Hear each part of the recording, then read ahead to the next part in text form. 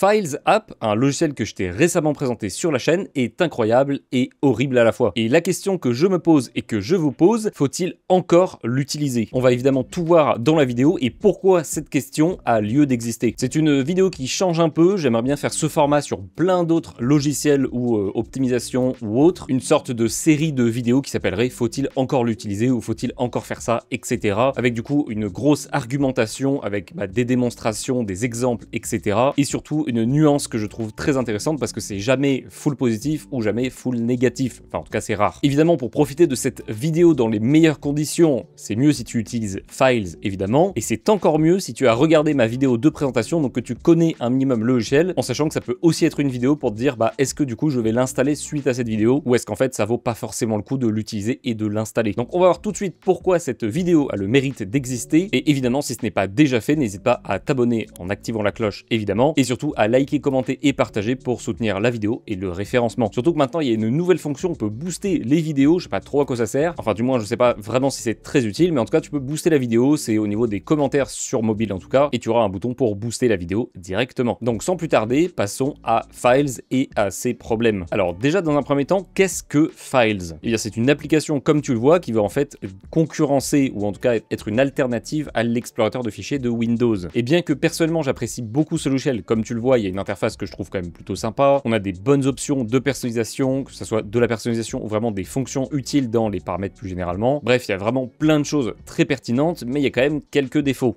Pour commencer avec un défaut que j'estime comme majeur sur pas mal de PC, ça va être les performances. Alors, sur mon PC, le logiciel s'ouvre très bien. Là, je le ferme, je le réouvre. On voit qu'il y a un petit temps, mais ça reste quand même plutôt rapide. Par exemple, si j'ouvre l'explorateur de fichiers Windows, on voit que là, pour le coup, c'est instantané. Bon, ça change de quelques secondes. Alors, certes, il y a des paramètres pour que ça s'ouvre un peu plus rapidement après pour les prochaines ouvertures. La première ouverture est toujours un peu lente. Par contre, il faut quand même signaler que suivant les PC, suivant les configurations que tu as, processeur, RAM, etc., le logiciel peut mettre beaucoup plus de temps à s'ouvrir et ça peut être vraiment un frein d'utilisation ou en tout cas un point à prendre en compte. Il y a également un défaut qui est un avantage, c'est le design. Et là, ça va être une plus grosse section. En termes de design, on a des nouveautés. Si on clique sur un fichier ou un dossier, qu'on va dans les propriétés, c'est un redesign des propriétés Windows. Donc ça, c'est plutôt sympa. Par contre, par exemple, si je fais clic droit, on a aussi un redesign, mais on peut pas le personnaliser. Et NanaZip, par exemple, pour extraire des fichiers, les compresser, etc. Bref, comme WinRAR, pour ceux qui connaissent, eh bien, on est obligé d'aller dans plus d'options, NanaZip, et là, on a les fonctions. Donc en fait, c'est beaucoup plus long. Enfin, il y a quand même une option à faire en plus pour afficher après NanaZip. Ou également afficher, modifier dans le bloc-notes. Bref, les options supplémentaires ne sont pas personnalisables. Autre petit bug, ça va concerner les lecteurs qui peuvent s'afficher dans la page d'accueil uniquement, et bien en double ou en triple. Des fois j'ai ce disque là qui va se multiplier, se tripler même des fois, alors que physiquement évidemment je n'en ai qu'un. Donc ça c'est un peu chiant, c'est pas problématique, ça va pas me freiner dans mon usage, mais c'est toujours un bug à prendre en compte. Si justement, vu que je suis là, je prends en exemple un lecteur, si je veux l'épingler, donc je fais clic droit, épingler à la barre latérale, dans certains cas, ça ne va pas s'afficher, ça ne va pas se mettre en épinglé, et pour que ça marche, il faut que j'ouvre l'explorateur de fichiers Windows classique, que j'épingle, et ensuite que ça se lie, parce que ça se lie et c'est lié automatiquement les deux, mais du coup, il faut quand même le faire dans une autre application pour revenir après sur l'autre. C'est un peu embêtant. On peut également avoir, alors avec la corbeille plus précisément, si elle est épinglée, tout simplement, le nom de la corbeille qui s'efface, avec, j'ai plus le nom exact, mais c'est shell quelque chose, je mettrai un screen si j'arrive à le retrouver, et en fait, si tu cliques dessus, ça ne t'ouvre pas la corbeille, ça te dit que l'emplacement n'existe pas, donc tu ne peux pas vider ta corbeille, tu ne peux pas accéder à ta corbeille non plus. Alors certes, tu peux redémarrer le logiciel et en général ça s'affiche, mais ça reste quand même un bug plutôt chiant et 100% aléatoire. Pour continuer dans cette section design, il y a autre chose à prendre en compte qui est moins de la faute de Files, c'est que si tu télécharges un fichier, et bien là, tu vois, il va me demander où l'installer, enfin où le télécharger, et en fait il va m'ouvrir plutôt l'explorateur de fichiers et non Files. Donc en fait,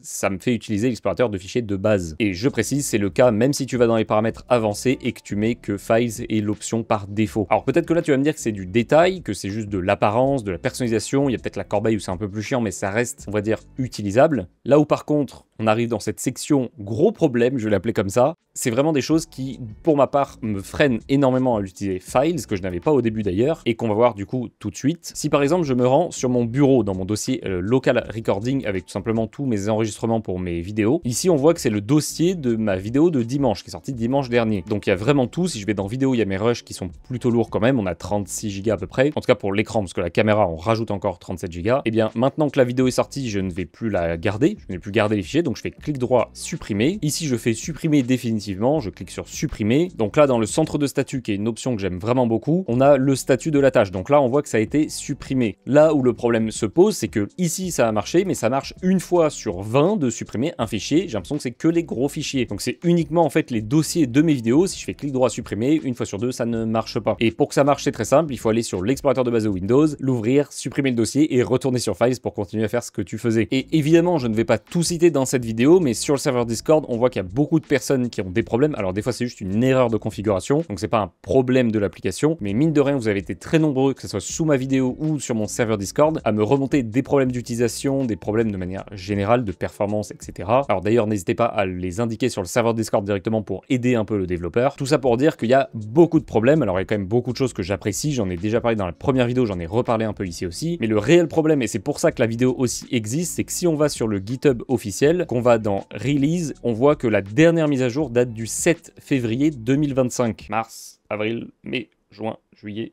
août.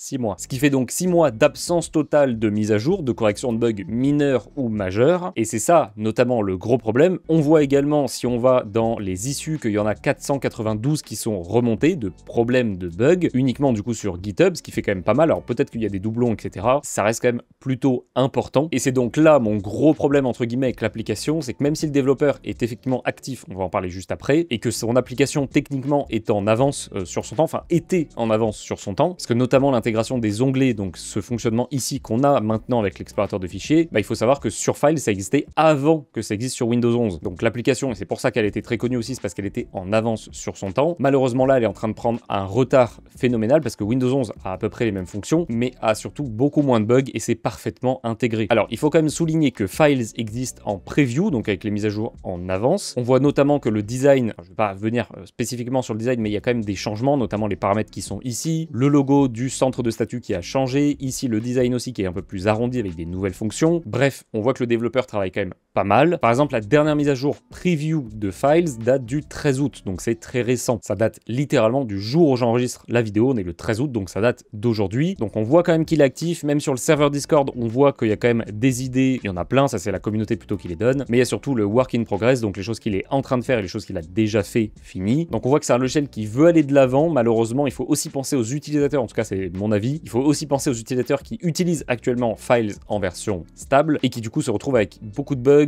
l'impossibilité vraiment de l'utiliser pleinement et surtout une frustration parce qu'au début c'est très cool, je l'ai utilisé pendant quasiment un mois au moment où j'ai fait la vidéo, la première vidéo en tout cas, et j'avais vraiment pas de soucis particuliers. Là c'est vrai que j'ai eu pas mal de problèmes qui étaient assez embêtants et ce qui fait qu'en fait je suis totalement retourné sur l'explorateur de fichiers Windows et en plus j'ai résolu un gros problème que j'avais avec l'explorateur de Windows, c'est le design. Ici tu vois qu'il est totalement transparent, alors je sais qu'on peut faire des modifications encore plus poussées avec des icônes qui changent, etc. Moi c'était vraiment juste l'apparence esthétique qui me dérangeait un peu et du coup avec Windows que je t'ai présenté récemment sur la chaîne, tu peux changer tout simplement ce design. Donc pour ma part, je n'ai plus vraiment d'intérêt à utiliser Files en sachant que c'était principalement pour le design et notamment quelques fonctions comme le centre de statut avec les transferts, les copies, les suppressions, etc. Mais comme je l'ai mentionné, les suppressions ne marchent pas tout le temps.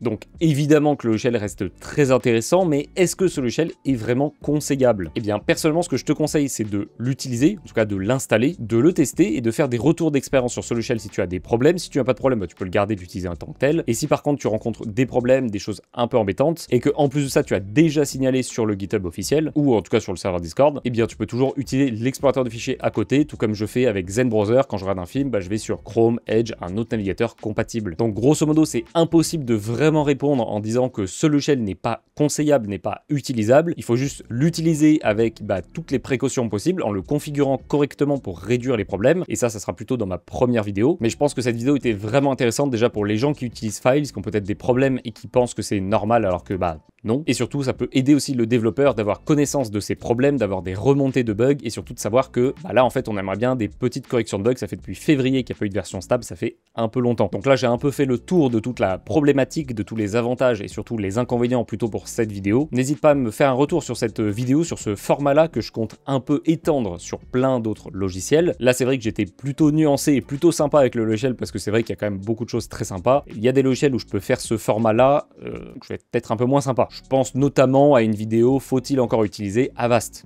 par exemple. Bref, dis-moi tout ça en commentaire, évidemment, ce que tu penses aussi du logiciel, hein, pas que de la vidéo, du concept, etc. Tu n'hésites pas d'ailleurs à proposer des logiciels que je peux tester, essayer et des optimisations Windows également, en sachant qu'il y a aussi la section propositions dans mon serveur Discord pour proposer eh bien, des idées de vidéos, de concepts, etc. Et donc sur ce, moi je te dis à très bientôt pour une prochaine vidéo ou un prochain stream, vu que je stream de temps en temps sur Twitch et YouTube en simultané, en général 2 fois par semaine, même si là j'avoue qu'avec les températures c'est un peu compliqué, mais j'essaye quand même au moins 1 fois par semaine. Et du coup je te dis à très bientôt pour une prochaine vidéo.